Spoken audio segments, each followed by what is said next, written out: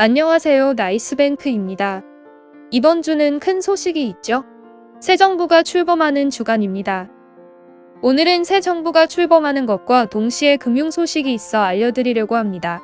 10일 새 정부 출범과 함께 다주택자에 대한 양도소득세 중과 조치가 1년 한시적으로 중단이 된다고 합니다. 이 소식은 정말 좋은 소식이라고 말을 할 수 있는데요. 자세히 알아보면 다주택자가 규제지역에서 주택을 팔 경우 지방세 포함 80%가 넘는 세율이 50% 밑으로 대폭 줄어듭니다. 또한 조정 대상 지역에서 이사 등으로 거주지를 옮긴 일시적 이주택자는 2년 이내에 기존 주택을 처분하면 양도소득세를 내지 않아도 됩니다.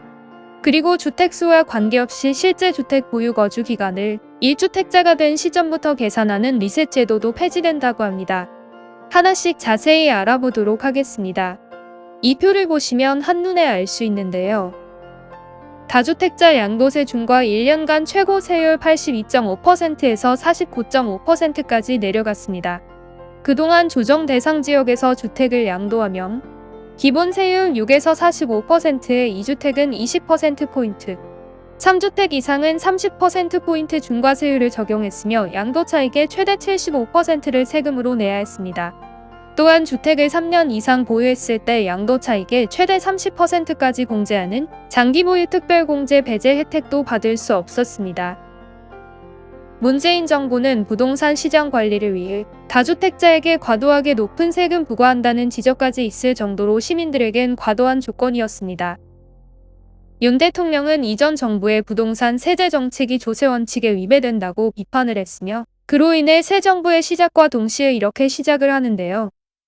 당초 윤석열 정부 출범 이튿날인 11일부터 다주택자 규제를 완화 조치를 시행하려 했지만 기획재정부 등과 논의 과정에서 시행일을 정부 출범일에 맞추기로 했습니다.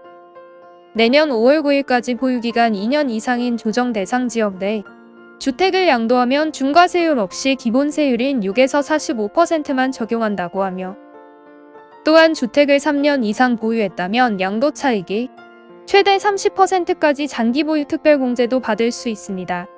혹시 이해가 안 되시는 분들을 위해 실제 사례를 바탕으로 예시를 들자면 2주택자가 10년간 보유한 주택 한 채를 15억 원에 팔아서 5억 원의 양도 차익을 남겼다면 지금까지는 중과가 적용돼 양도세 2억 7,310만 원을 내야 했습니다. 하지만 새 정부가 시작되는 날부터는 기본 세율만 적용해 절반가량인 1억 3,360만 원으로 줄어드는 것이고 3주택자가 15년간 보유한 주택을 20억 원에 팔아 10억 원의 차익을 남겼다면 중과세율을 적용한 양도세는 6억 8,280만 원에 달하지만 기본 세율은 2억 5,755만 원으로 무려 4억여 원이나 세 부담을 덜 수 있습니다. 중과세율을 적용하지 않고 기본 세율로 진행했을 때 차이가 많이 나는 것을 알 수 있죠. 다음으로는 일시적 2주택 비과세 요건 완화입니다. 세대원 전원 전입 요건 없앤다는 것인데요. 1세대 1주택자인 실수요자의 세금 부담을 덜기 위해 일시적으로 2주택자의 경우 1주택자와 같은 수준으로 요건을 완화한다고 합니다. 현재까지는 조정 대상 지역에서 이사 등으로 거주지를 옮길 때 1세대 1주택으로 양도세 비과세를 받기 위해서는 신규 주택을 취득한 뒤 1년 이내에 종전주택을 양도하고 세대원 전원이 신규 주택으로 전입해야 했습니다. 일부 세대원이 직장이나 치료 등을 이유로 이사하지 못한 경우 나머지 세대 전원이 전입신고를 마친다는 조건 아래 일시적 2주택으로 비과세를 적용받을 수 있었습니다. 예를 들어 2021년 1월 1일 이사를 위해 새로운 주택을 취득했다면 2021년 12월 31일까지 주택을 양도하고 신규 주택 전입 절차까지 마쳐야 비과세가 가능했습니다. 하지만 1년이라는 기한이 너무 촉박해 일부 매도자들이 주택을 급하게 처분하거나 주택을 팔지 못해 비과세를 적용받지 못하는 상황도 생겼다고 합니다. 이랬던 것이 새 정부의 시작인 5월 10일부터는 기존 및 신규 주택 모두 조정 대상 지역인 경우 기존 주택 양도 기한을 1년에서 2년으로 완화하고 세대원 전원 신규 주택 전입 요건도 삭제한다고 합니다. 다음으로는 1세대 1주택 양도세 비과세 보유 및 거주기간 리셋 제도 폐지입니다. 다주택자가 주택을 양도해 1주택을 보유할 경우 보유기간을 리셋하는 규정도 개선한다고 합니다. 주택수와 관계없이 실제 보유 거주한 기간을 기준으로 계산해 1세대 1주택 비과세를 적용합니다. 양도세 혜택을 받을 수 있는 보유기간 산정에서 다주택자는 제외하자는 취지인데 분양 등으로 일시적 2주택이 되는 경우 불이익을 받을 수 있다는 지적이 나오기도 했습니다. 이 부분은 앞으로 지켜보며 문제가 있다면 보완해야 할 문제라고 생각이 되네요. 과거 2년간 보유 및 거주의 경우에도 리세 때는 2년 기간을 채우기 위해 임차인을 내보내고 임대인이 입주하는 등 부작용이 발생했었습니다. 비과세를 받기 위해 최종 1주택이 된 시점부터 2년간 매물이 묶이기도 했습니다.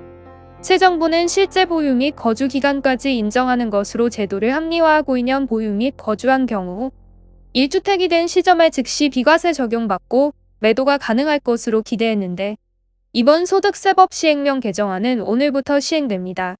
시행령 개정은 국회 동의 없이 행정부가 독자적으로 추진할 수 있으므로 입법 예고 10일에서 17일 그리고 국무회의인 24일을 거쳐 이달 말 공포 예정으로 10일 이후 양도분부터 소급 적용합니다. 윤석열 정부 관계자는 부동산 시장 관리를 위해 과도하게 활용된 부동산 세제를 조세 원칙에 맞게 정상화하고 국민들의 과도한 세 부담을 적정 수준으로 조정한다며 과도한 세 부담과 규제를 완화하고 매물 추이를 유도해 부동산 시장 안정화도 기대된다고 설명했습니다. 이렇게 새 정부와 함께 달라진 부동산 시장이 변화하는 것을 알 수 있으며 이 기세로 아파트담보대출을 많이 알아보실 것 같습니다. 아파트담보대출을 알아보실 땐 혼자서 알아보시는 것보다 전문가와 함께 하시는 것이 빠르고 정확하니 전문가와 함께 알아보시길 바랍니다. 아파트담보대출에 관련된 금융상품의 소개는 나이스뱅크의 카페나 블로그 오시면 더욱 자세히 나와 있으니 참고를 해주시길 바랍니다. 새로운 정부의 시작과 함께 부동산 소식을 바탕으로 새 보금자리를 마련하실 분들은 나이스뱅크와 함께 하시는 것은 어떠신가요? 오늘은 새로운 부동산 정보에 대해 가지고 온 영상이었습니다. 내용이 좋으셨다면 구독과 좋아요 부탁드립니다. 감사합니다. 나이스뱅크였습니다.